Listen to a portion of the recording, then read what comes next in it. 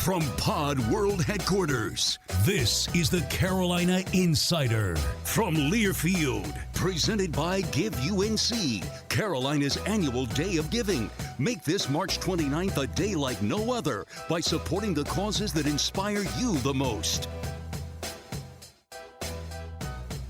We're back. Time for another edition of the Carolina Insider. Jones and Adam here with you. Adam, the Tar Heels still in the Sweet 16. Adam and I have rested up, hydrated up, ready for a full episode of the pod. We're going to look back one more time at the weekend. We've got one of the heroes of the game, Dontrez Styles, K-Town. Dontrez going to join us. I'm sure Adam's list is big. Got a big old Texas-sized list. And we've got a unique story today as we get like a running clock account of the Baylor game experience from Tar Heel fan Robin. So that's coming up in a bit as well. Adam, what's up? How excited do you think Dontrez is about his last 72 hours or so? Yeah. Which he holds all in equal esteem. Yep. Make big shot, play big role for Tar Heels and going to Sweet 16, make first pod appearance. Yeah. All on the same level. Lifted in air by teammates in locker room to celebrate. Justin McCoy actually carried him over here to Pod World headquarters. Adam, I am physically in a better place than I was, but I'm still not 100%. Not 100%. Some people get sick, but you just keep going. Keep going. And you're not even really sick. You're more just, you're fatigued. Yeah. You need like a maintenance day like LeBron. I do. I need a me day. I need a day that's all about Jones. I need one of those soon. Maybe I'll choose March 29th. Nope, can't do that. That's Give UNC Day. That day's already marked. And they're our sponsor. What a month that Give UNC has chosen. This month of March. Give UNC right around the corner. Mark your calendar. March 29th. Help Carolina attract the very best student athletes in the classroom and on the court. Join fans from North Carolina and beyond by making a gift in support of your favorite Tar Heel team on March 29th. That's a week from today. 1 week. Learn more at giveunc.unc.edu. That's giveunc.unc.edu. Adam, with some time now to think about that Baylor game, I don't know how much more my opinion has changed. The Tar Heels were terrific for 30 minutes. They were bad for 10 minutes. The referees were awful. For 45 minutes. And again, like I hope everyone understands. And I hope that we do a decent job not complaining about the referees. It was truly like historically bad, I feel like. Yes. And I hope you, of course, the Hubert Davis show is available today as well. And Coach Davis talked about this. And he talked about that it is a challenge and something that he wants his team to improve on to not get wrapped up in that. And he said he felt like Carolina allowed some of the calls that didn't go their way to affect then the way that they played and some decisions that they made on the court. And so he just talked about that's something that he and the guys will continue to try to get better at. Well, the problem was some of the guys who could have helped with that weren't out on the court because they had been sent away. I mean, the whole thing really started with the call on Brady Manick, which when we did the emergency pod, I had not really seen as much because they didn't show it again in the arena. That's something you have to understand. When you go to these games, you kind of hope you at least get a similar view to what you get on television. You got no view. No, you get the whitewashed, like scrubbed view on the video board because like it's that scene at the end of Animal House, right, where Kevin Bacon's sitting there going, everything's fine, yeah, all is well. That's the feeling that's going on. And it really got my goat on Saturday night when I read that I guess some questions had been submitted to the game officials through the pool reporter, whatever procedure you have to use, and the response was that they had already left the building, so they couldn't answer questions. Well, you could have ended Brady Manek's college career, and he would have had to go up there and answer questions. But all you do is just blow the whistle and get out of town as quick as you can. That's not right. I know what Brian Kersey has said about that, and that you can't open the door to always them being questioned about every single thing. Well, this is the NCAA tournament. This is a $1 billion sports event that's supposed to be the best of the best on the court. That includes everyone who is on the court, the coaches, the players, and it should be the officials. They should be the best. And if they have an off day, they need to answer the questions just like Brady Manek, just like Caleb Love, just like Hubert Davis, just like Scott Drew, just like everyone else who participated in the game, because they overshadowed the game. And that is one of the biggest games of the college basketball season, any NCAA tournament game. That's the biggest there is. It doesn't get bigger than that. And it's a shame when you play that game with so many things that we could talk about. R.J. Davis scored 30 points, and Brady Manek was about to get 40. And Armando Bacot had a double-double, and Dontrez Styles made huge plays. But instead, one of the top storylines is the officials. And that's when you know they did a bad job, no matter who you root for, whether you root for Baylor, and if you root for Baylor, I'm a little surprised you're listening to this, or whether you root for the Tar Heels. It wasn't right. And the Manek foul, now that I've gotten to see it more, we haven't seen any flagrant twos in person this year. That's correct. So for that to have been correct, that would have had to been the most egregious play that we saw this entire season for any team. The only flagrant two I can think of that I've seen this year was the Clemson-Duke one. Right. Where the guy undercut Wendell Moore. And to me, and I fully realize I'm biased because I like Brady Manek, that play didn't reach the level of the Clemson-Duke play that you're talking about. No. And again, I would encourage you to go listen to the Hubert Davis show. Coach Davis did not feel it was a flagrant two.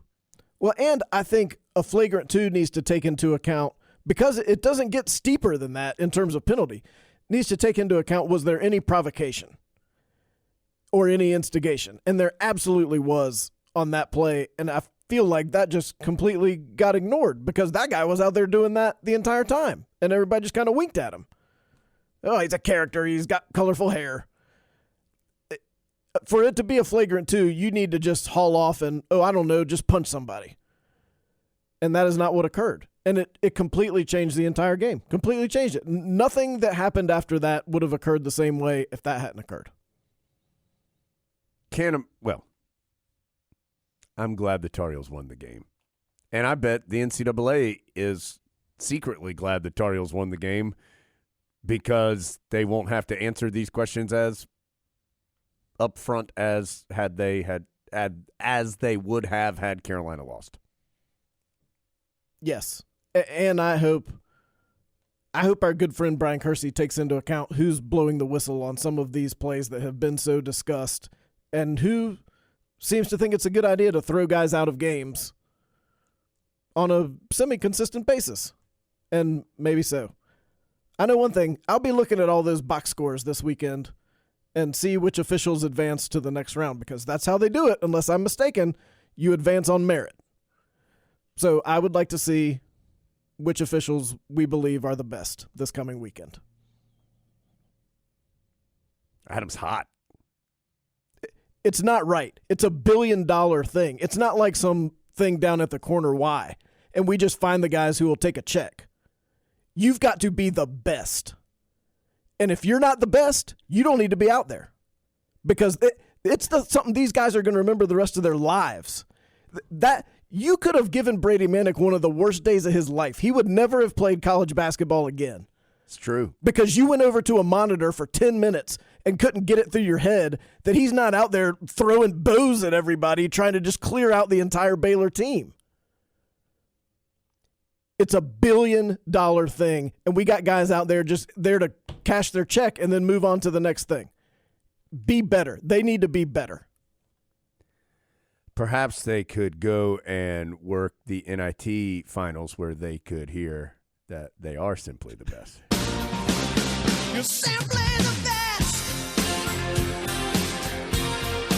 Better than all the rest. We know the game time now around 9:30 on Friday night. So It's getting earlier by 10 minutes every Yeah. day. I mean, it may be noon by Friday. Tar Heels played the first game of the round of 32, and they will play. I think it's the next to last game of the Sweet 16. That's wild. It's ridiculous, is what it is. But we'll get to that. I got one for the NCAA. Oh, man. Well, let's just do it now. Yeah, let's do it. I'm going to see Adam. You're going to see Adam walking around. He's going to have a little laser right there. It's going to be, but it's not going to be red. It's going to be that blue color, the NCAA, right on his forehead. Everybody's been sending me like their heart monitors during the game on Saturday and what they were at, because now we're in 2022. You can track that right on the scene. Yeah. My watch that hasn't been working since May 29th of 2021 does not have that. Do you know what time Carolina's That NCAA? my watch stopped working on May 29th, 2021? Yes, Adam. It was 4:39 p.m. Okay. Do you know what time Carolina's NCAA mandated practice is on Thursday? I saw it. I saw the information, but I don't remember when it was. 10:55 a.m. So you make the teams come into town 48 hours ahead of time. Then you give them a practice that in absolutely no way correlates with their game time. And this is both teams, not just Carolina. I don't know when UCLA's practice is. I'm going to guess it's not earlier than 10:55 because you get to practice at the venue. And I'm going to go ahead and answer this question. There are no open practices in this round. They're open to the media for 15 minutes, and then the rest is closed. What's the point of that? It's dumb. Because I'm going to tell you why. Because it's not a basketball event. It's a show. It's a show that we're putting on, that we're presenting for television. And the content for this television is these basketball players and coaches. And we'll tell them to do whatever, whenever we want them to do it. Dance. 9:40 on a Friday? Get out there. By the way, we want you to practice at 11 a.m. the previous day. In what way does that facilitate having the best product on the court when the actual game is played? They also have this thing where you might have noticed, perhaps, well, I know you noticed that you can't listen to the broadcast streaming. That's a rights issue. Can I, if I go to a website, though, Adam? No. No. Not on your laptop, your phone, your tablet. What if it's a desktop? No. Does that make it? That's new this year, no desktop. What if I'm using Google Chrome browser? Does no. that change that? Okay. No. It has to actually come out of a radio. Gotcha. Okay. What you might have also noticed is the official team social media accounts can't use footage, can't use game footage, can't use technically really pregame footage and postgame footage, because the NCAA wants that to only come from their March Madness social media accounts. So they want the players and the teams to participate in their event, but they will then limit those players and teams from putting out information about themselves because they hold all the rights to that. As soon as you play in their event, they hold all the rights to you. That doesn't make any sense. That should be a partnership. I mean, you tell me to get there at 9:40 to play basketball. Okay, but I'm going to want to put out some video of me doing that. I'll get there at your time, which makes no sense for anyone on the East Coast, which is where the school is located. As long as UCLA gets to play at a time that's convenient for them, I'll be there then. But I want the rights to do what I want to my fans who have followed me all season long on this outlet and have come to expect a certain level of coverage, and then are sitting there going, why aren't I getting any highlights? Oh, sorry. Just go to @whatever madness March NCAA something hashtag Twittergram, and you can find all you want. but you can't do it the way you've done it all year. It's only the most important time of the season. I don't know if officials are allowed to post videos of themselves making great calls, but I assume they are. While we're at it, the March Madness app sucks. Well, okay, there's another thing. Would you like to go back and watch the Carolina-Baylor game in its entirety? You can do that all season long, any game that appears on any ESPN platform, which, look, they've got their problems, but at least I can watch the games unless there's an F1 race finishing up. You know Adam's hot when he's sitting here going, you know who could fix all this? ESPN. At least I can watch the games. I've watched the Carolina-Duke game at Duke a half dozen times. I can't watch the Carolina-Baylor game one time. I'd like to be able to talk on here about the double foul with Armando Bacot and blonde hair guy, but I can't because I can't go back and see it. It doesn't exist. It's in CBS's lockbox, and next year around this time, they'll put it up on their YouTube channel when nobody gives a toot. Oh, boy. They want to see it now. Look what you've done, NCAA. What? Someone explained to me the rationale of not being able to go back and watch the full game. You might record it and then put it up on your YouTube channel, and someone else would watch it on your YouTube, and that view could go to the March Madness app. Coca-Cola would then come to me and say, I would like to give you my $1 billion sponsorship. Yep. I'm going to take it away from CBS. Yep. There needs to be a basketball person running this basketball event who understands things about basketball. Maybe, okay, I'll tell you what, maybe not even running the event, but at least in the room with the people who are making these decisions so that they can say things like, hold on, guys, according to this practice schedule, North Carolina, which is going to be in Philadelphia all day Thursday, is scheduled to practice at 10:55 a.m., which means leaving the hotel at 10 a.m., and we've got them playing the next night at 10 p.m. That doesn't make any sense. Like, we wouldn't even do that at the AAU Battle for the Belt or something down at the Net Sports. War on the Shore. Yeah. So why don't we just flip these practice times? There just needs to be that person who can inject a little common sense in a basketball way into this alleged basketball event, because right now what it is a TV show. Next thing you're going to tell me, Adam, is that I can't have this water bottle on my table. Well, you know what was so weird about that? That was an usher. Yeah. Who said that to you. So, like, they clearly had been briefed. Like, guys, here's the list of the important things. First of all, and I would just like to say the water bottle didn't even have a label on there. It didn't have a label on there. That's exactly what I was going to say. It was an empty blank water bottle. Adam didn't say blank right there to cover up any negative words that normally he would say. He says that in the sense that it was a blank water bottle, as in like nothing was on it. Well, so here, stadium staff, we're going to give you a list of things to do this weekend. Number one, don't look inside anyone's backpacks when they take them in through the media entrance. Just put the sticker on there and let them go. But if they have a water bottle, you jump on that right away. And look, I'm not here to be a mask bro one way or the other. But the fact that the only people in the entire building that had to wear them were the ones that might be on camera because they're sitting on the front row of one of the two press rows. I mean, come on, guys. Come on. It's a TV show. It's about what looks best on TV. And we don't want people at home to send us emails and say that people weren't wearing masks. So if we let all the people on the front row wear masks, everyone will think that everyone's wearing masks. That's actually what happened. I have to tell you guys something. This is some inside scoop.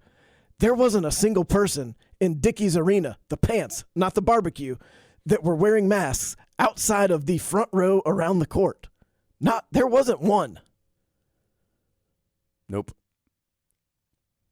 But that's how it looked on television, which is what we're really worried about. What do you think the level of nirvana was in the CBS headquarters when Juwan Howard hugged that player from Tennessee after that game and that dude was crying? Like, oh my gosh, guys. Holy cow. One shining moment. That's why we all do it, guys. All right, let's go get a drinks. That's what it's all for right there, guys. All right, let's go expense a $2,000 dinner. Here we go.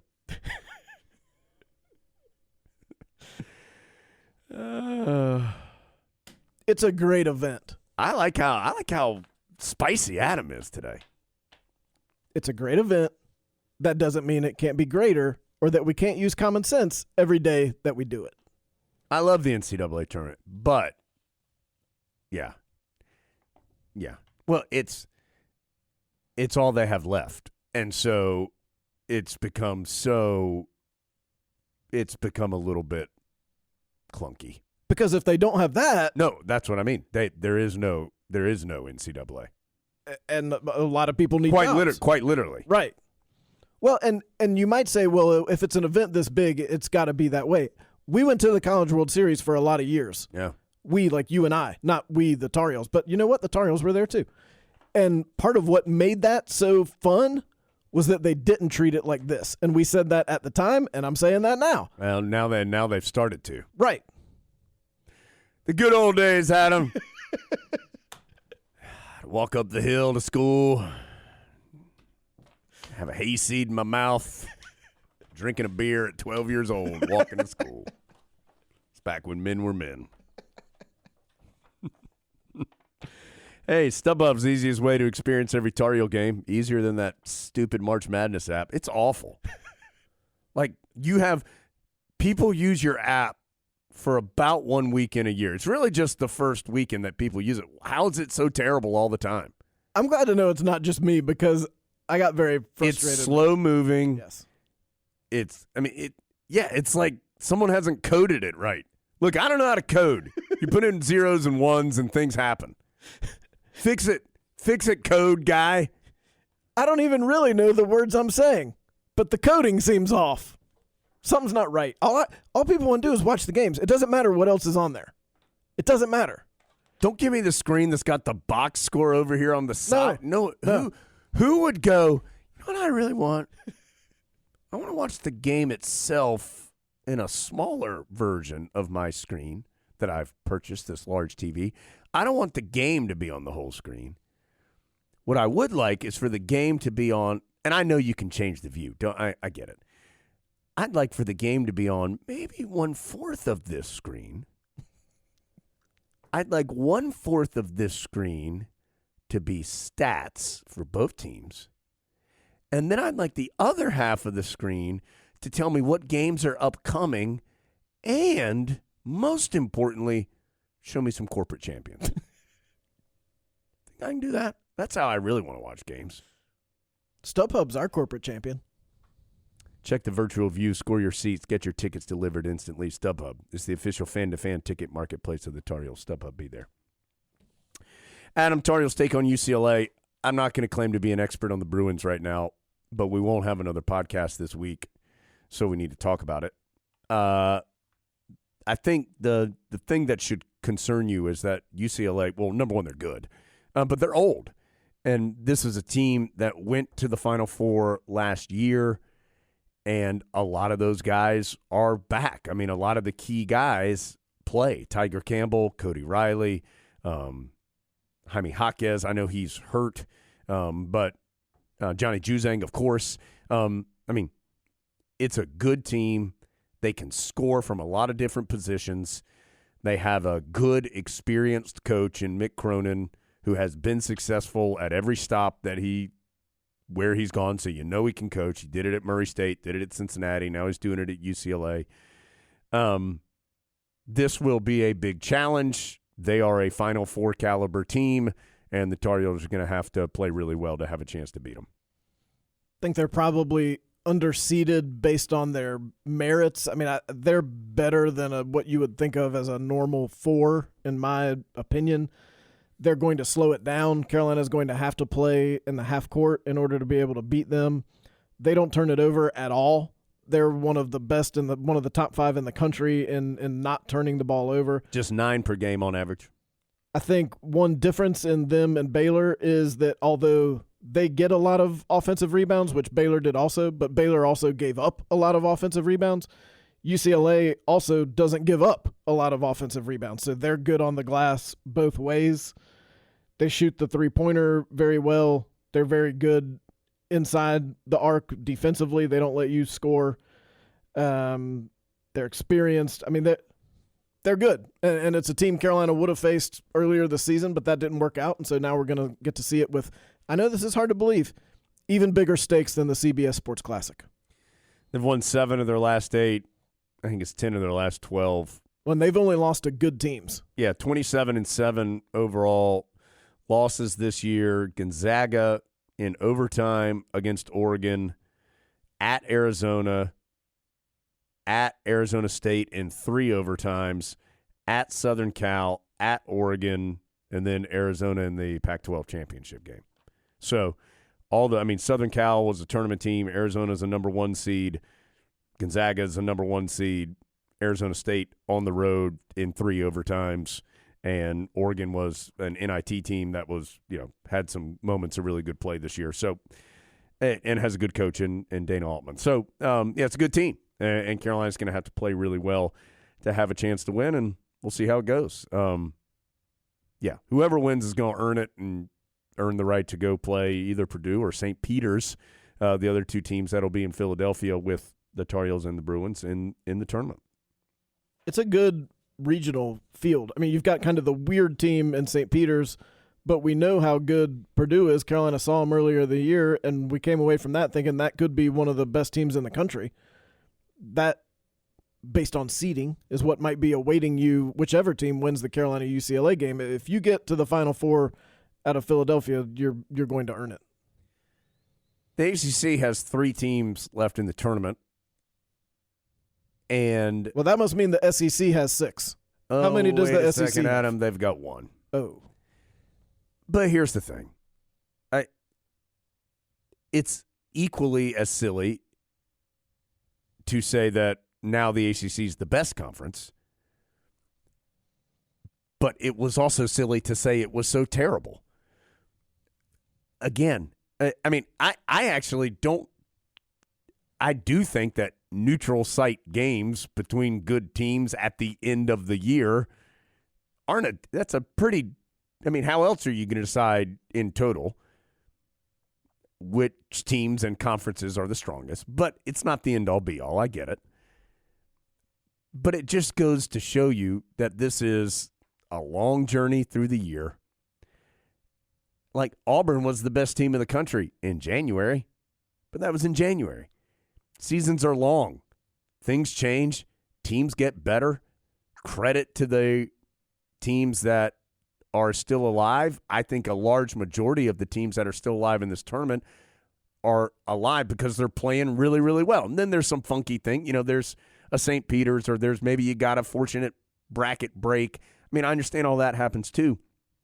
But I do think it is the teams that are playing the best that traditionally get to this point, and it's a credit to them for that. It's silly, again, to suggest that losing in November in Maui or in the Bahamas or in the ACC Big Ten Challenge or whatever should write the script for the rest of the year. That's dumb. It's also dumb to anoint who the best coaches in the country are in January. Yeah, you think Bruce Pearl's just swimming in a pool of cash right now? Yeah. They went out in the round of 32. And in all honesty, didn't execute real well there down the stretch. No. Seemed to forget they had some big guys on their team and just let their guards do whatever they wanted to. Which, if that had been, let's pick a retired coach at random.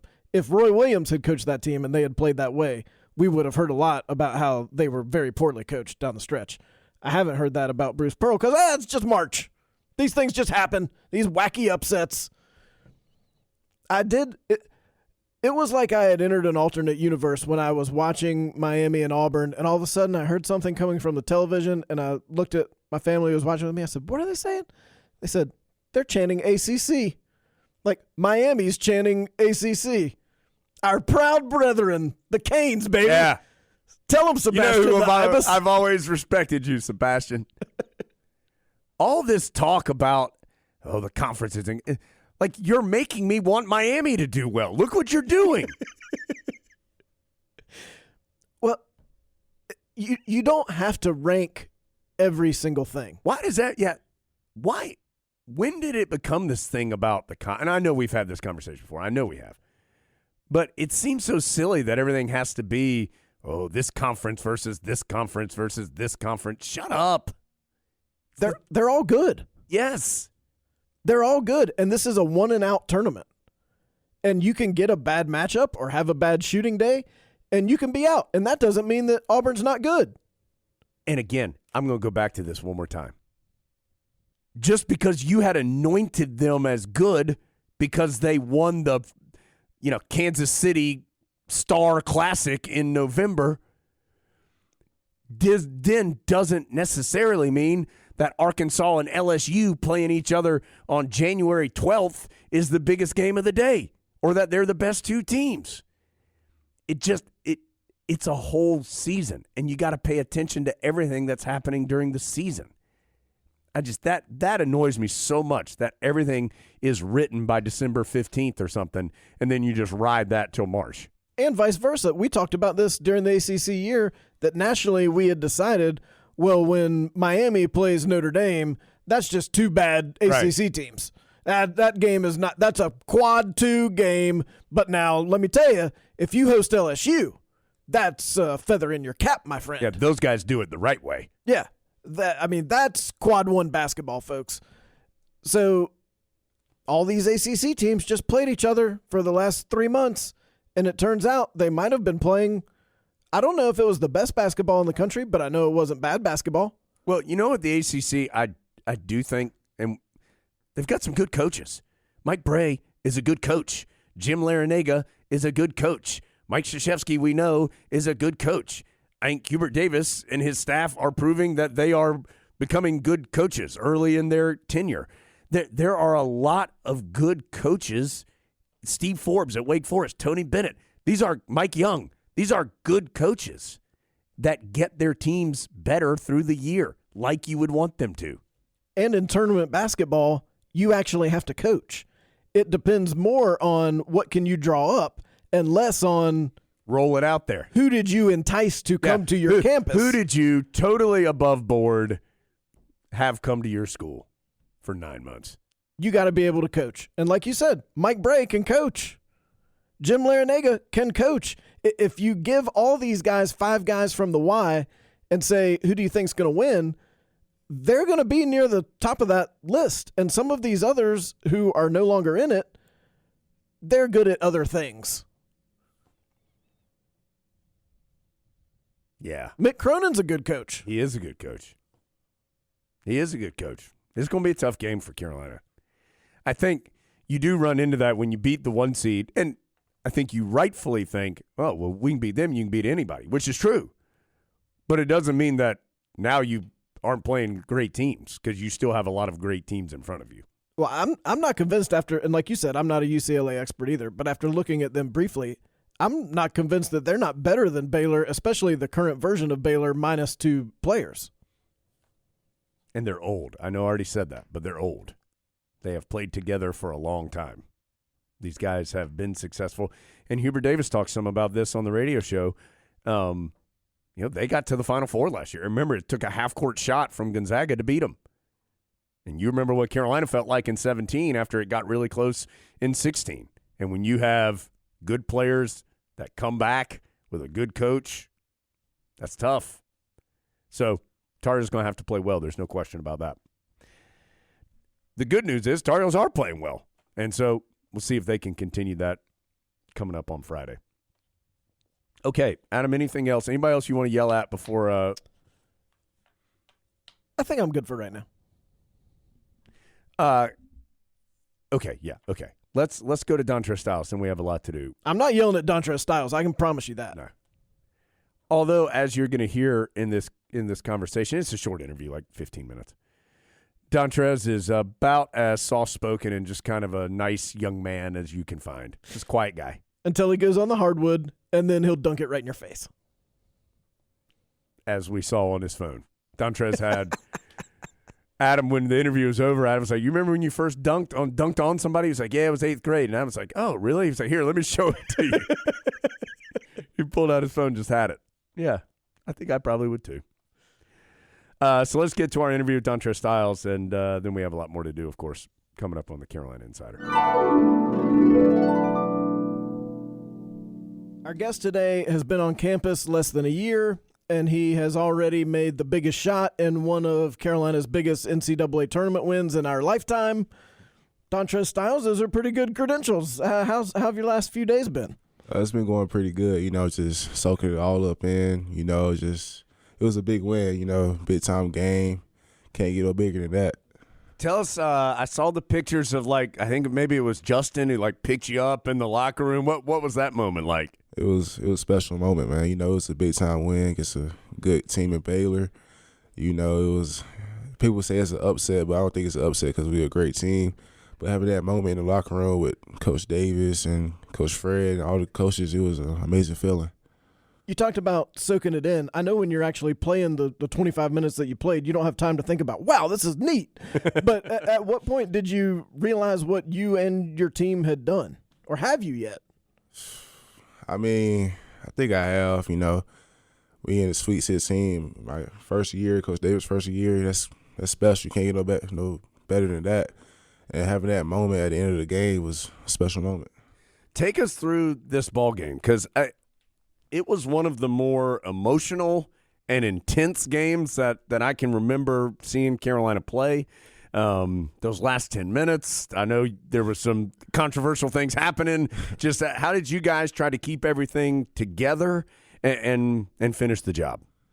I would say just keep playing hard. It was me and Justin, not experienced guys in this year especially, just going out there just trying to play hard, trying to make the most of our time out there, just do everything we could to help the team win.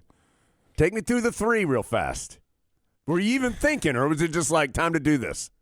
Yeah, I knew somebody else had to step up besides RJ because he had a great game, So I know I had to take a shot, That's what I did. That's what I've been working on all year. So I just shot it with confidence and went in. I was going to ask you about confidence because I actually just talked to Coach Davis a little bit ago, and he was talking about it and said one of the things I love most about Trez is that he plays with confidence, and he has confidence in himself. So for somebody who I'm sure would like to have played more minutes this year than you have to this point, how do you still have that confidence and keep it going? Just trusting the work I put in daily, what I did before I got on campus, just trusting all that. What I've been doing all my life. I say to myself, it's just basketball all the time. So I try my best not to feel any pressure because I know it's just basketball. I've been doing it all my life. Sure. We talked to Jeremiah Gemmel from football this past season when he got ejected for targeting. And he said even some of his teammates didn't realize he was out of the game. They were like, what are you doing over here? At what point did you realize Brady's leaving and he's not coming back? As soon as they made that run, because Brady, he's a great player, one of the best players in the country. He having a great year, and he means the most to his team. So when he left the game, I knew that somebody else had to step up because he's a great player. People, I think, have paid a lot of attention, and deservedly so, to the second half and the overtime that you played, but you played in the first half too.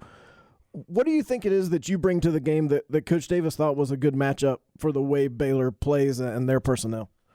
I would say because Baylor's so versatile, they got great length, they athletic. So, and me, I'm pretty athletic, so I guess I can guard their guards and their small ball forwards. So I just think Coach Davis would trust me to go out there and perform. Dontrez saying he's pretty athletic is that's good. So I do want to talk about the season in total a little bit. Just what's this been like for you? Like I said, I'm sure you'd love to have played more minutes. Just what's this year been like? How have you continued to try to work through it? I feel like it's been a good year, man. No matter what, I'm at my dream school. We in the Sweet 16. A lot of kids can't, be in this position I'm sure in today. So I just thank God that I'm here today. I trusted Coach Davis, throughout the year. Of course it's been hard because everybody wants to play, but I just look at the bigger picture, where I want to be. I know it's going to come together at one point. Is it tough to see the bigger picture? Because I'm sure there's people telling you every day, like, Trez, how come you're not playing 40 minutes a game? How do you block that out and kind of trust the process a little bit? Yeah, at first it was kind of hard, where I'm from in Kinston, North Carolina, But don't worry, I'm from Jacksonville, North Carolina. I'm from the eastern part of the state. You know that. Like Reggie, Oh, yeah. There, and Jerry. So, just seeing them, what they did here. And then me wanting the same thing, it's kind of tough at the same time. But I had to just think about myself, think about my future and the bigger picture. And it's my path. I've asked you this before, and we've talked about this on here before. What is it about those Kinston guys? Because I feel like anytime you got a chance to get somebody from Kinston, you get them because they can play and they're tough. I would say it's always somebody coming from Kinston, just, kids, like younger kids. Like for me, I looked up to Brandon, Reggie. I played with Jerry on his AAU team, so I know kids looking up to me. So I would just say it's always somebody to look up to there, and they always want to be as good or even better. So they just strive to them to get better every day, and that often leads to them going to the NBA or to a good D1 school. Are the Kinston rec leagues just off the charts? Like our 10-year-olds out there doing windmills and stuff? I wouldn't say windmills, but I would say a lot of good dribbling moves though, for sure. Like little quick guards. I'm like, daggone, wish I could do that when I was younger. When did you realize you could like jump over everyone else and move faster than everyone else? Because Adam and I have never experienced either one of those feelings. I would say I got my bounce my junior year of high school when it really like clicked for me. Like I'm athletic for real. I can really like. Did something happen? Was it like a game? Was it a practice? Did somebody get put on a poster? Like how did you realize it? It's like when I was working out, I used to like run hills, so like that really helped me. And then like one summer, I just started getting up and like touching the top of the backboard, like just craziness like that. Yeah. Adam, when did you get your bounce? I'm still looking to acquire my bounce. I like how some people remember when they first dunked, and Trez remembers when he first touches the top of the backboard. Yeah, that's right. The normal things that people do. Coach Davis has talked a ton this year about how he tells everybody, you're going to get an opportunity, but I can't tell you when it will be. How do you stay prepared for, you don't know when this thing he keeps saying is coming, but he keeps saying it's coming. How do you stay ready for that and know that you've got to perform when it does arrive? I would say just putting in work before practice and after practice, Shout out to Coach Jackie and B-Rob. They in my corner every day, telling me no matter what, I got to train like I'm a starter every day because at some point my name going to be called. I'm going to have to go out there and perform, and I credit them for just being in my corner and helping me out through these times. How many like text messages or DMs or whatever have you gotten since Saturday? It's been a lot. It's been a lot. I ain't gonna lie, but I just try to tune it out. Just keep working. Just keep being level headed and help this team get past Sweet 16, go to Elite 8. I saw Caleb talking to you a good bit, especially after he fouled out on Saturday. What was he telling you? He was saying, I'm built for this, He know how hard we work before practice and after practice. He said that I put the work in, just believe in myself and go out there, just do what I do, and I'm built for it. What's allowed this team to get better? I mean, you hope that's the goal every season, is you want to get better and better as the year's gone along.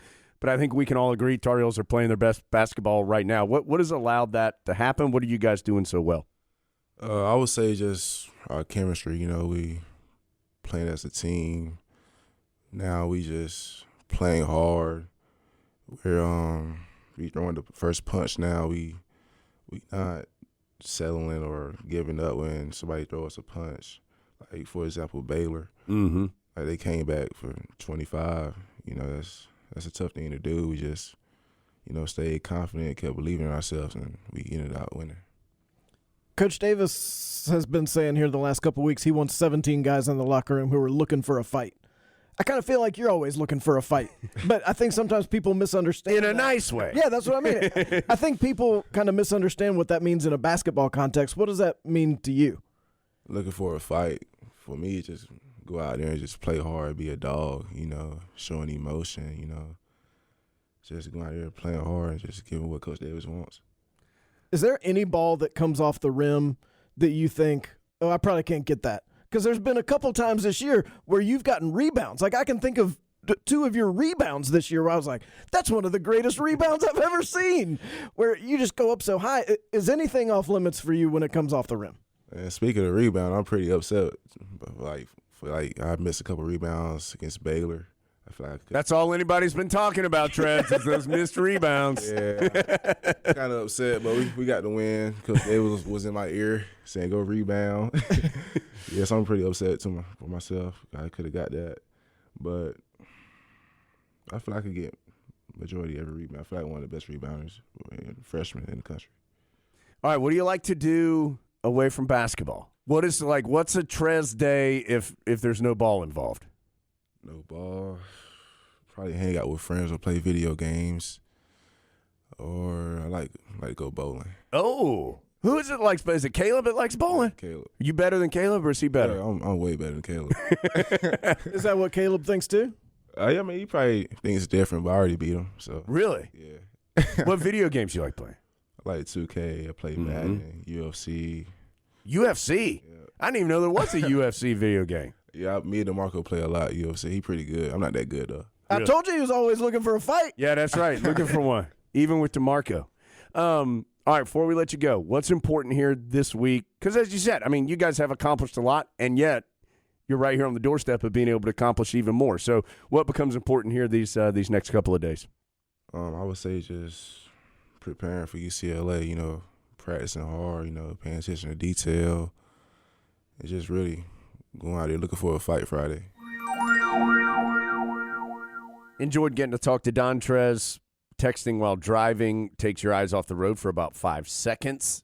Dontrez, as a relatively newer driver, I want you to know that. So does Independent Insurance Agents of North Carolina. Sponsoring our interviews, as always. At highway speeds, taking your eyes off the road for about 5 seconds is like driving the length of a football field with your eyes closed. Trusted choice, Independent Insurance Agents of North Carolina wants you to stay safe behind the wheel. Put down your phone while we're driving. Let's have a hands-free NC. To learn more, find an agent near you. Visit trustedchoice.com/GoHeels.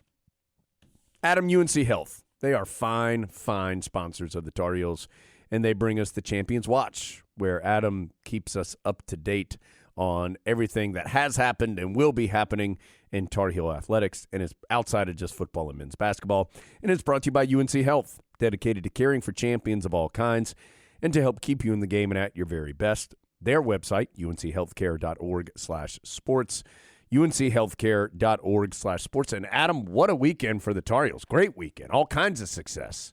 A lot of big Carolina victories, including women's basketball on Saturday. Tar Heels beat Stephen F. Austin 79-66 in the first round of the NCAA tournament. That's Carolina's first time Carolina's advanced to the second round since 2015. Of course, as we all know, the Tar Heels faced Arizona last night at Arizona on Arizona's home court. That's a 5 versus a 4, and we all know the outcome of that one, Jones. Could you believe that? What a game. Really was. So we'll see what happens for the women's team moving forward, for sure. Congratulations to Brian Calbus. Women's tennis got 2 wins this weekend, and that means that put him on 700 career victories. 700 career wins. That's awesome. Really impressive mark for him. And, of course, women's tennis also having a great season. Brian Calbus, about the nicest dude you'll ever meet, too. What a great win. Just what a great coach, and congratulations to him. I bet he doesn't care at all. I saw him running away, and finally it was almost like he just gave up and was like, okay, just go ahead and pour the ice on me.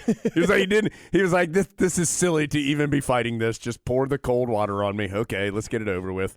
The feeling of resignation that he had achieved this major career milestone came over him. That's really what it looked like. He was like, no, don't. Okay, fine, just do it. The baseball team won 2 out of 3 from Duke over in Durham. This is some hot inside scoop I got from a source inside the Tar Heel baseball program. Okay. So, 8th inning, that's a time you want to get the crowd hype. That's what. No way. So I just want to give you a frame of reference. So at Boshamer Stadium, for example, going to the bottom of the 8th to get the team going, the Tar Heels always play Narcos by Blaster Jacks. Heck yeah, they do. That's what I play also when I want to get hyped up. Going into the bottom Adam, of the 8th. I'm going to tell you something. If you and I'm a little bit bummed that when you and I post-pod start a band, that Blaster Jacks is already taken. when they're going to the bottom of the 8th at a Duke game, guess what they play?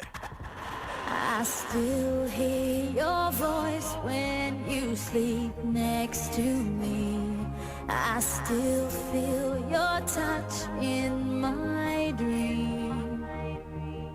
Forgive me, my That is what they do. but I don't know why. I'm asking a legitimate question. Do I just not see it? Or do they not see it? 'Cause every time we touch, I get this feeling, and every time we kiss, I swear I could fly.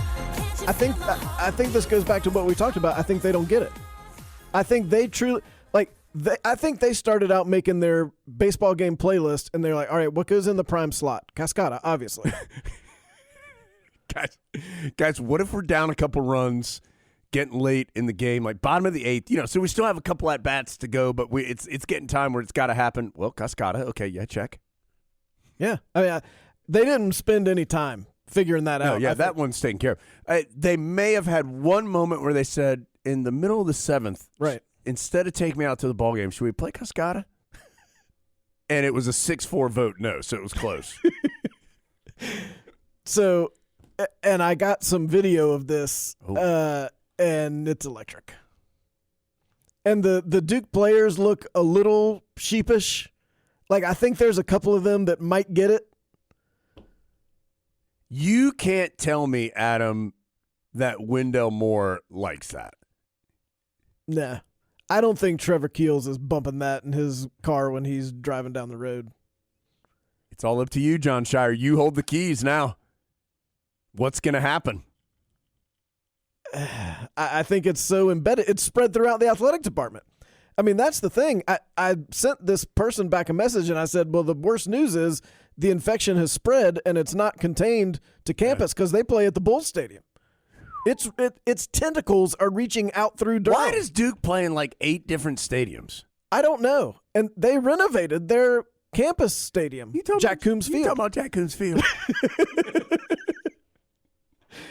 So just something to keep an eye on if you go to any athletic Well, I'll events say at this. Duke. Seemed like the Tar Heels enjoyed playing in the Bulls Stadium this weekend. At least their bats did. Yeah. Carolina won 2 out of 3. That's a good ACC win. But Heels are 7-1 in conference play. Is that right? Or 8-1, 6-1, 5-1, 5-1, 5-1. They've played 2 series. They're Swept 5. Pittsburgh, won 2 out of 3 from Duke. And then what? 17-3, I think overall. I think that's right. I tell you, Jones, the ACC is stacked. Virginia's like 19-1. But here's the thing about Virginia. They haven't played anybody at all. Nah. So Don't make us start naming teams. We'll do it. a huge women's lacrosse win over top-ranked Boston College on Sunday, 16-15. That was a good win. And I don't like Boston College. Well, I'm just going to say, I bet Jenny Levy and the ladies, I bet there was some chips on shoulders going into that game. Yes. And we'll probably see those 2 teams play again this year, at least once, if not twice. Yeah. But for now, that's a good win, and I assume women's lacrosse will ascend to number 1, having beaten number 1. Great win.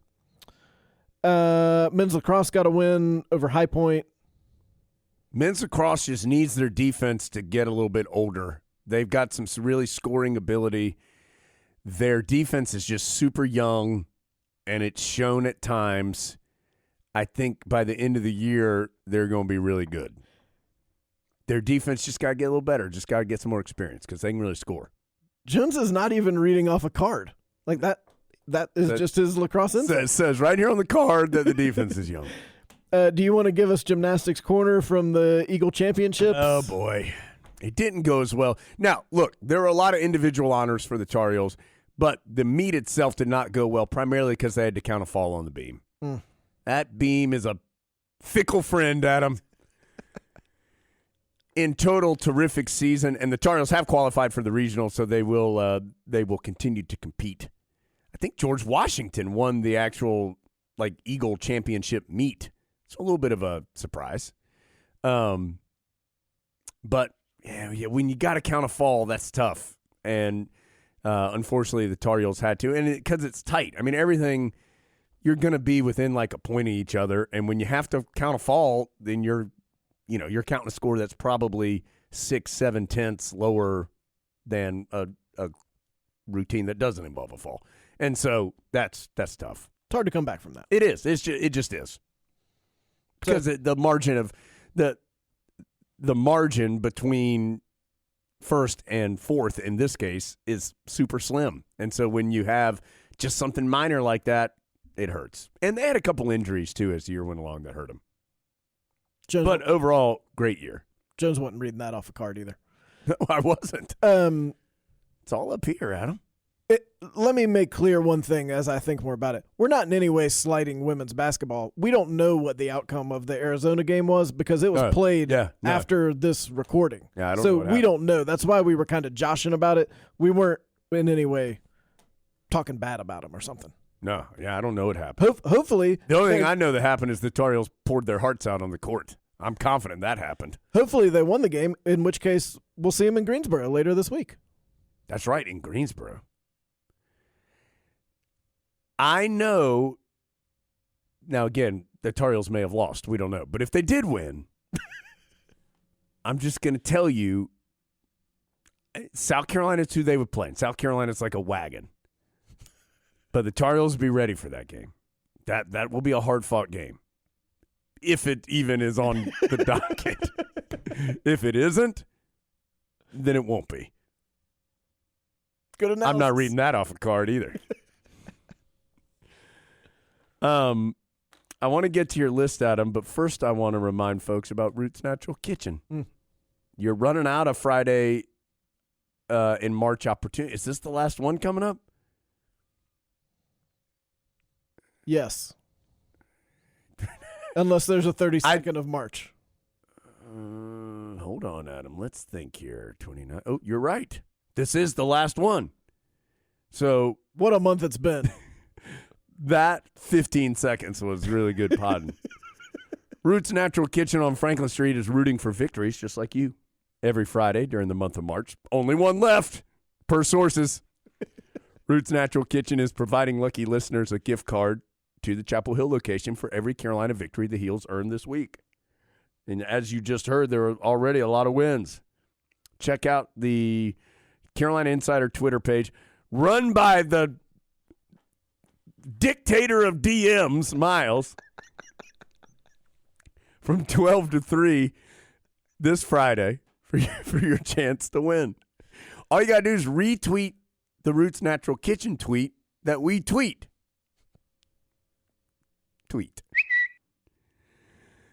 It'll come up at noon on Friday. Tar Heels will not have played UCLA. You'll be nervous about the UCLA game. Think, how can I ease these nerves? Retweeting this Roots Natural Kitchen tweet. Roots Natural Kitchen, fast, casual, great tasting, natural, affordable salads and grain bowls, and promoting healthy options. Roots Natural Kitchen, rooting for victories, just like Adam and me. At that point, there'll be only 12 teams that could win the national championship, and Carolina will be one of them. That's right. You know, I used to think that way, Adam, until 1988. And then I remember Carolina played the last round of 8 game against Arizona. Mm-hmm.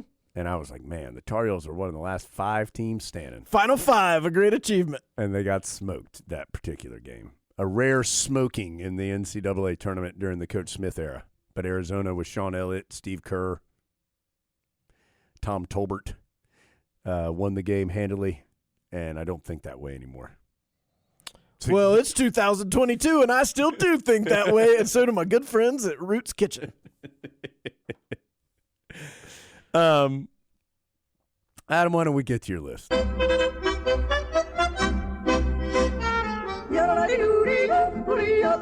What's on the top of Adam's list? Brought to you by Top of the Hill, where Tar Heels come to celebrate.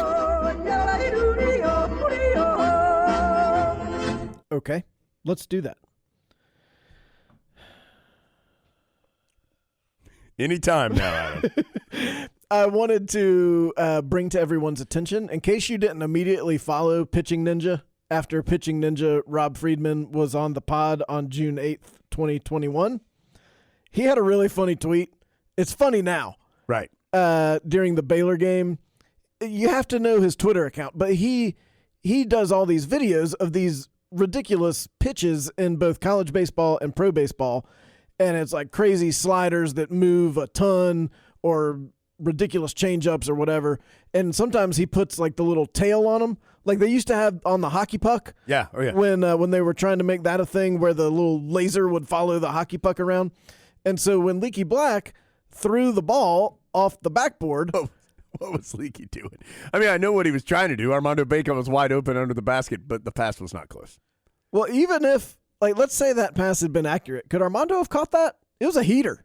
Well, I remember in the moment, and Adam was sitting right next to me, and we had kind of the same reaction. Like, we saw Leaky had the ball, and then he did get into a little bit of trouble. And then all of a sudden, it was just like, I don't remember if we got blocked off. Yeah, I think one of the fine officials was in front of us. And then all of a sudden, we just saw the ball caroming off the backboard at like 95 miles an hour. We're like, what just happened? Well, and in a key moment in the game, like it was something you would see in like the final 30 seconds. Right, the Tar Heels of a blowout. They were almost in control. That happened a lot during that game. They were almost in control. And it's like, okay, I think maybe they were up 5, maybe. And Baylor was going to have to foul, and then all of a sudden the ball just went off the back. That was wild. Love Leaky. Love him. But that was a wild play. So Pitching Ninja tweeted and like formatted it exactly as he does his pitching tweets, and it just said Leaky Black elevated fastball. and he tweeted out video of the game. Watch out, Pitching Ninja. Coming for you. That knock at the door is the NCAA, my friend. And he put the little tail on there. It was funny. I like you, Pitching Ninja. By the way, Leaky Black has been awesome in this NCAA tournament so far. So what up, Leaky? If they voted for ACC Defensive Player of the Year right now, I think he would win. But now Mark Williams is good. Yeah, I know who I voted for, Adam. That's right. And Coach of the Year. I bet you're feeling pretty smart. Yep. We got a hot tip from a pod listener, Adam Shinehouse. Okay. Before Adam tells the story, I would just like to say that this is how this went down. Adam and I received this email to the pod account on March 16th. So this would have been Wednesday of last week.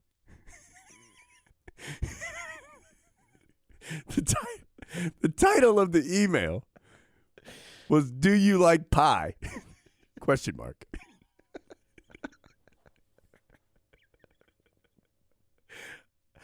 Adam, I thought it was a bot email when I saw this. Would you like to have 6-pack abs?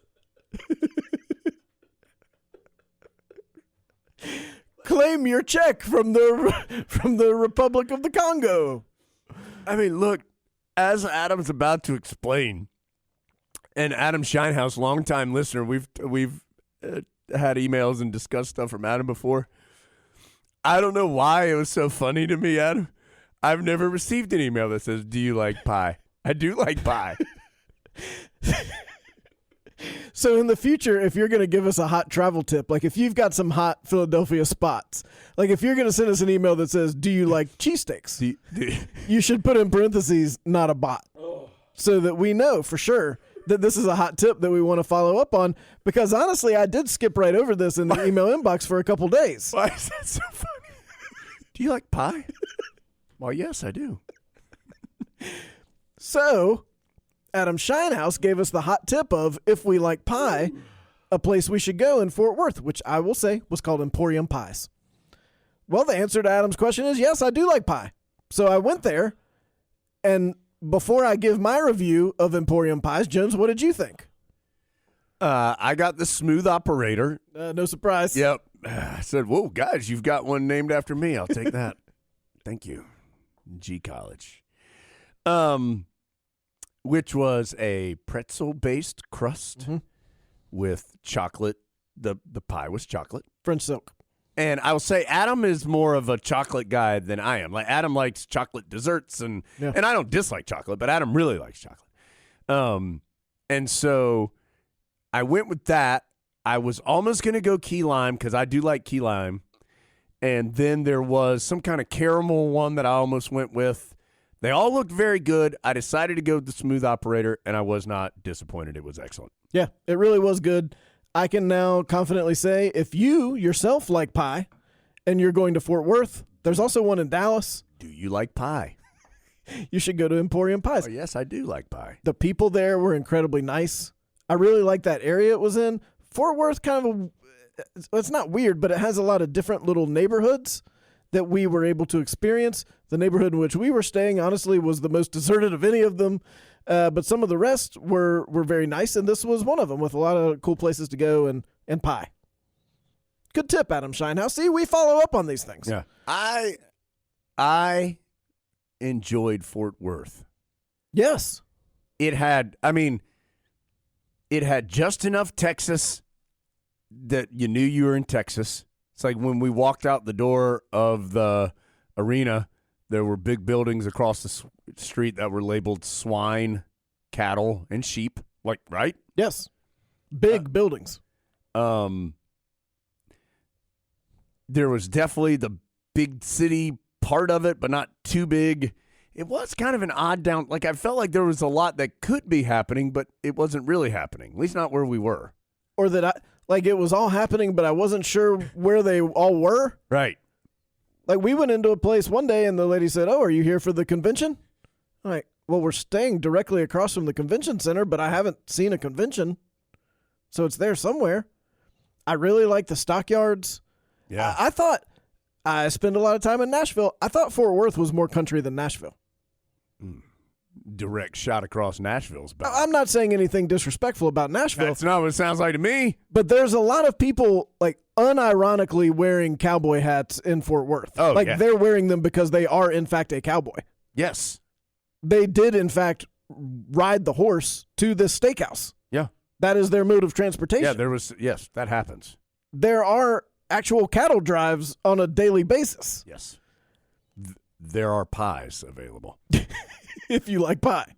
If I would easily live in Fort Worth. Like, Wow, the people are nice. Good gracious. Now, granted, I haven't been there in the summertime. Good gracious. It's like Greenville, South Carolina all of a sudden. It did. It reminded me of like a Texas Greenville. They had a little park. They had the little river going through it, like in Greenville. You're like a Texas mini Charleston.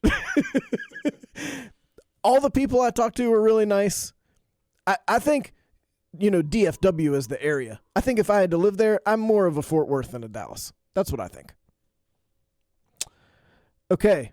Speaking of big announcements, which we weren't, TV Insider has brought us some hot news. Lifetime announces a New Orleans Noel and more holiday 2022 movie titles, Jones. Already? So, you know what it's time for.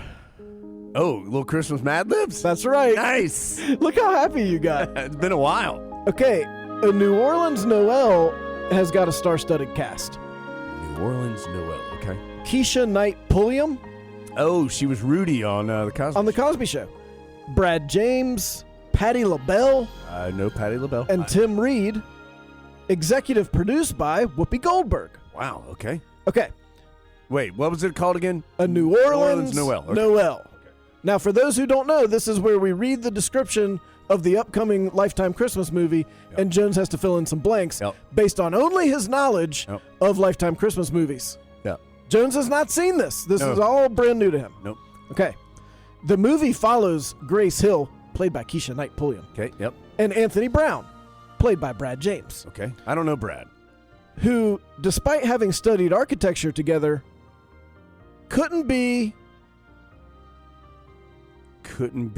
more different. any more different when they're both hired to work on the home of Okay, hold on. They're both hired to work on the home of the local celebrity. I think we'll give you credit for this, Jones. New Orleans praline icon Loretta Brown, played by Patti LaBelle. They'll find themselves butting heads over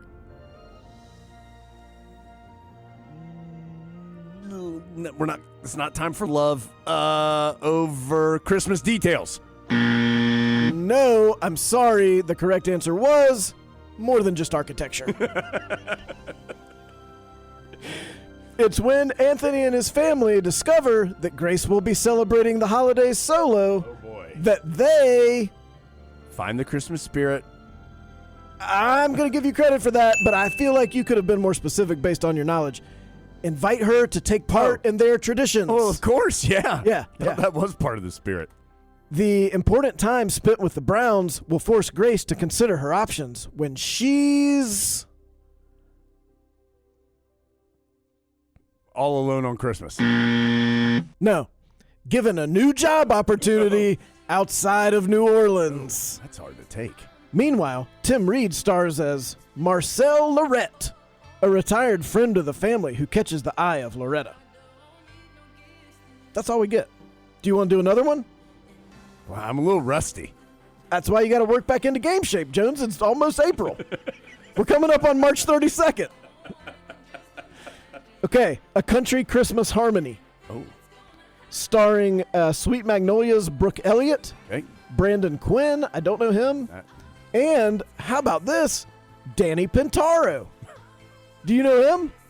The little kid from Who's the Boss? Or Growing Pains? Hold on. I think it was Who's the Boss. I think that's right. He was the little one, not the main star. Yeah. But a star in our hearts. Yep, looking at him right now. Yep. What was his name on the show? in Who's the Boss? Yeah, not in A Country Christmas Harmony. Jonathan. Yeah, okay. So He is 46 now. wow, that's depressing. Thank you, Jones. Yeah. Okay, A Country Christmas Harmony follows the meteoric rise to fame of country music superstar Chrissy Kessler. The small town girl whose Hit it big and back home for the holidays. dreams came true is now experiencing a Oh, hold on. She's now experiencing a dip in her popularity. rapid decline in record sales. Yeah, that was like the $100 question. That wasn't even a tough one for you. As a result, Chrissy is strong-armed by a recording executive who boy. forces her to... Move back home. For what? Come back home for Christmas? Yes, return home for a live Christmas Holiday concert special. performance. I was actually going to say a holiday special. Joining her is longtime assistant Eugene, played by Danny Pintaro of Who's the Boss fame. Hello, Yeah. big ratings. Jonathan. Things turn interesting when Chrissy runs into... Her former boyfriend. Yes, he is also her Former manager. close former music duo partner, Oh. Luke Covington, played by Quinn. After disappearing to pursue her solo career, Chrissy soon realizes upon her return that Things are more complicated in love. she'll only make it through the holidays by Finding love. sticking together with others.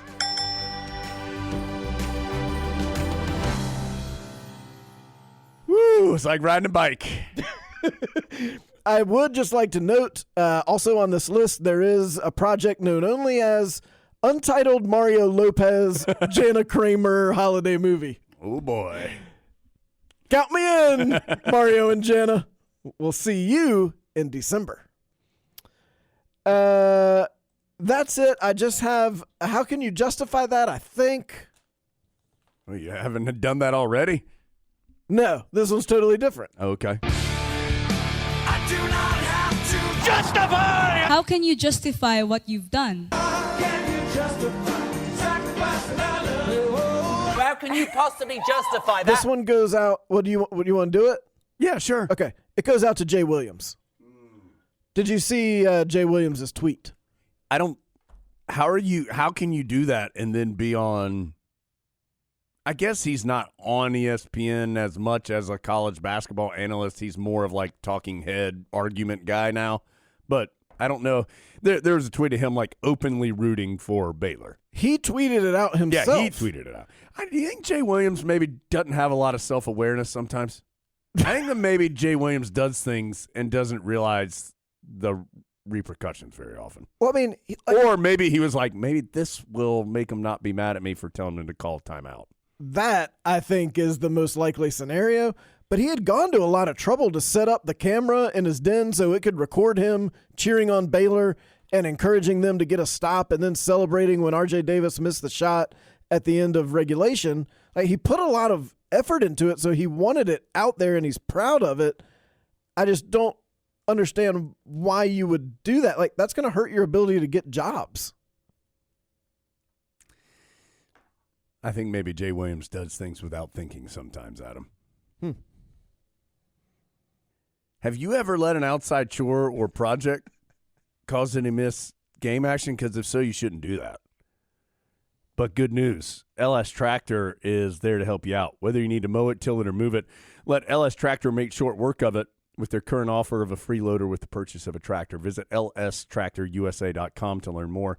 lstractorusa.com. LS Tractor, now you can do more for less. Now, this brings up an email that we received from Stephanie Otone. Stephanie said that she was recently reading a Richie Scarry book. Scary? I always said scary. Richie Scary's Just Right Word book to her daughter when she came across an attached illustration.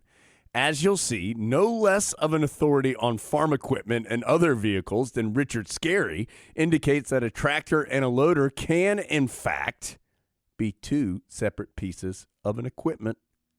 Maybe we were right after all. Maybe we'll put this on the video pod this week, Adam. But I am looking at this, and look, I don't know what more information that I need than there is a cartoon pig driving this piece of equipment, listed as a loader. He's, in fact, not only does he have some kind of form of like dirt or something in there, he's carrying a rooster in there too. And then on a different page, here's another cartoon pig who is in the tractor, and he is plowing some stuff. Looks to me like cartoon pig A and cartoon pig B are driving two different things. And they're labeled completely separately. So maybe it wasn't so crazy after all. We'll have that on the video pod. It's basically definitive evidence. Yeah. We're going to close out today, Robin. Robin sent us this email. Adam, I don't know if we've got an email like this before from Robin or from anybody. She gave us like a minute-by-minute account of her day on Saturday. So, Mr. Goosehunkers, come on. Get your wings out, because Robin's story starts like this.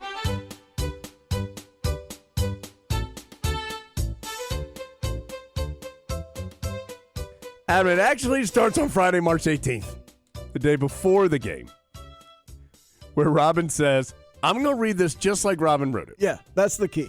Friday, March 18. Turned down a few offers to watch game following day.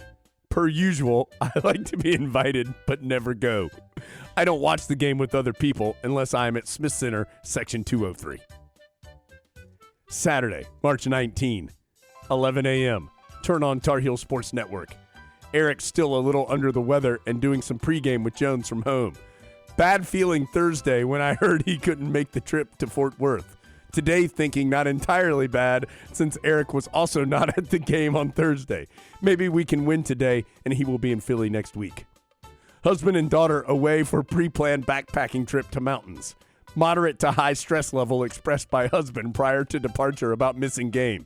Pretty sure he will outlive me now. Son flying in from spring break, arriving RDU 2 p.m. Timing not great, or is it? Don't know yet. He decides to spring for in-flight Wi-Fi so he can watch game. I need to figure out plan to pick him up. Several friends have offered to go for me, but Tar Heel and maternal instincts tell me I will I will be the one to go. 11:30 a.m. set up to work out in the garage and turn on the radio out there. Leave radio and TV on inside the house, even though no one is in there listening or watching. Dogs have been walked. I'm hydrated. Lady across the street out walking fell in the ditch. Went over and picked her up.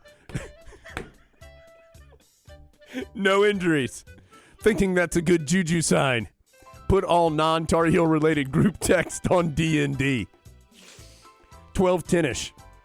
Game tips. Having usual nerves about what the first few minutes will be like. Caleb has an early 3. Feeling cautiously good that we will play well. And tell myself again that it's not so much whether we win or lose, but how we play. As the first half progresses, I'm listening to Jones, and I think he and I are feeling like we can win this game. But I also try very hard not to think that this early. At the under 8, I decide I will drive to RDU at the half and listen to the second half in the cell lot. 1 o'clock-ish. Put dogs and 8-pound dumbbells in car and drive to RDU. What is it 8-pound dumbbells for? Did we learn later? Yeah, we're going to find out. Okay, all right. We're going to find out. Extended halftime helps, but game resumes when I'm on Airport Boulevard, hoping for a strong start to second half and to prevent Baylor from going on a run. First few minutes going well, and I debate continuing to drive around versus park. Do a drive-by of cell lot. Empty. Park for a few minutes. Doesn't feel right, though. We are continuing to play well. Have a aha moment that UNC hangar is directly across from observation deck between terminals 1 and 2. Drive there immediately and park. Several families are watching planes take off / land and enjoying the beautiful day. Man sitting at picnic table eating lunch while a young child runs around playing right behind him. Very wholesome scene. Feels good. Manic ejection. Not sure what time it is, but this doesn't sound good. And I can't tell from Jones if the call is correct or not. Feels like it could be technically correct. Decide to get out of car and lift my weights. Have all the windows down for the dogs, and so I can hear the radio. Gentleman eating at the picnic table looking at me with either worry or understanding. Can't tell which. Woman parked next to me also gets out of her car. Can't tell if she's a fan or not. We do not exchange words. 9 fouls called on Heels, none on Bears over the span of the next few minutes. Clutch Caleb fouls out. Jones sounds like his feathers are getting ruffled. Exchanging some texts with Tar Heel fan group watching in Chapel Hill. Consensus is refs have taken over the game, which is what I suspected from Jones, but good to have confirmation. Get back in the car, uncertain of next move. 1:55, Sun's plane lands. Text that I'm here, but maybe he should watch game in terminal and I will stay put? ? Do you like pie? He agrees and goes to 42nd Street Oyster Bar in Terminal 2. I look to dogs for guidance. They indicate they are up for anything and yet acknowledge they have no choice. So we start to drive again. Several slow laps around the airport, checking in on cell lot, looping past Terminal 1, back to observation deck, passing Terminal 2, repeat. Become slightly worried that airport security might think my activity is suspicious. Feel like if I were pulled, I could explain the situation and they would understand. 2-something. Robin can no longer pay attention to the time. She's never heard Jones like this before during a game. Is it because Eric isn't there? Is it really that bad? Feels like maybe both. I'm counting on him to get me through. Not feeling good about overtime, Sans, Brady, and Caleb.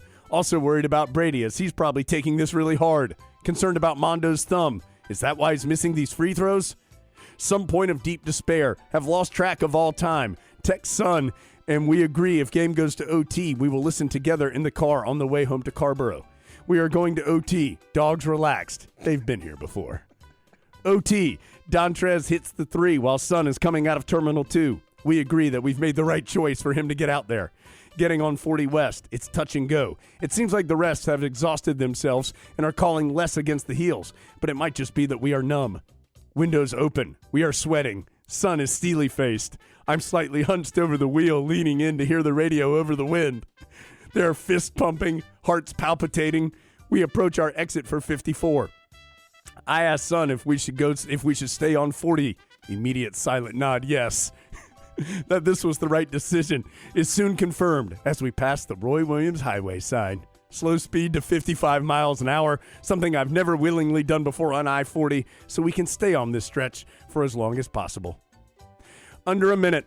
Still don't know what time it is, but Jones mentions this game has taken 3 hours, becoming increasingly worried about him.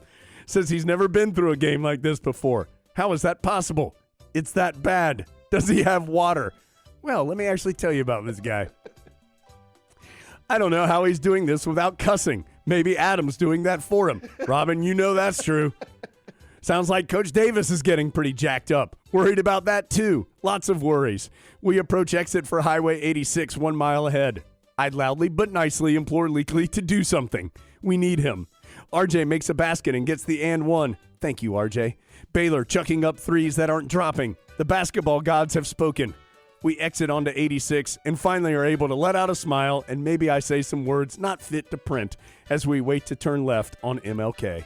I asked son to text his dad and sister. I asked, what did you tell them? His response, I told them we won. Adam, electric. Absolutely no doubt after reading that, 100% certainty, I would be friends with Robin. She gets it. I do like Robin signed it as die hard ride or die. Wait, die hard ride or die fan. Yeah. Love it. All right, let's all catch our breath for just a second. And adjust the volume. Here comes an ad. Woo. One of my favorite moments that happened in the midst of all that is when at one point the officials made a questionable call. I know that's hard to believe.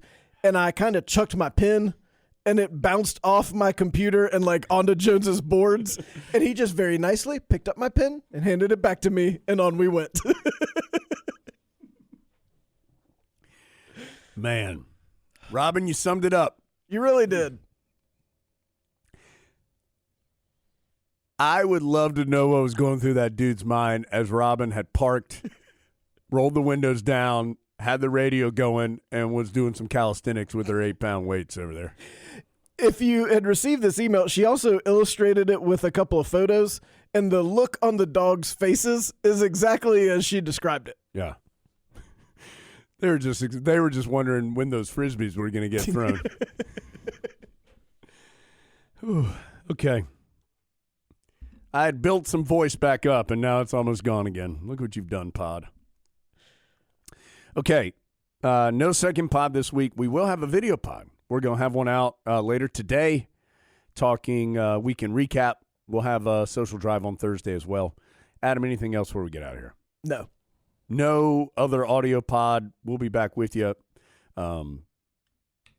next week. But for now, let's let Dontrez Styles and the RZA get us out of here on the latest edition of the Carolina Insider. I'm Dontrez Styles. See you later, Big Grits. When I was small, we had nothing at all. We used to eat grits for dinner. Pound box of sugar and a stick of margarine. A hot pot of grits kept my family from starving. Steamy hot meal served less than 5 minutes. Big silver pot, boiling water, salt in it. House full of brothers and sisters, the pot's missing.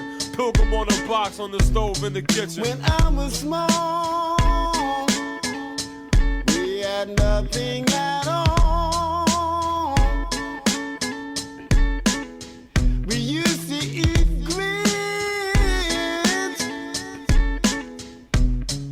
for dinner.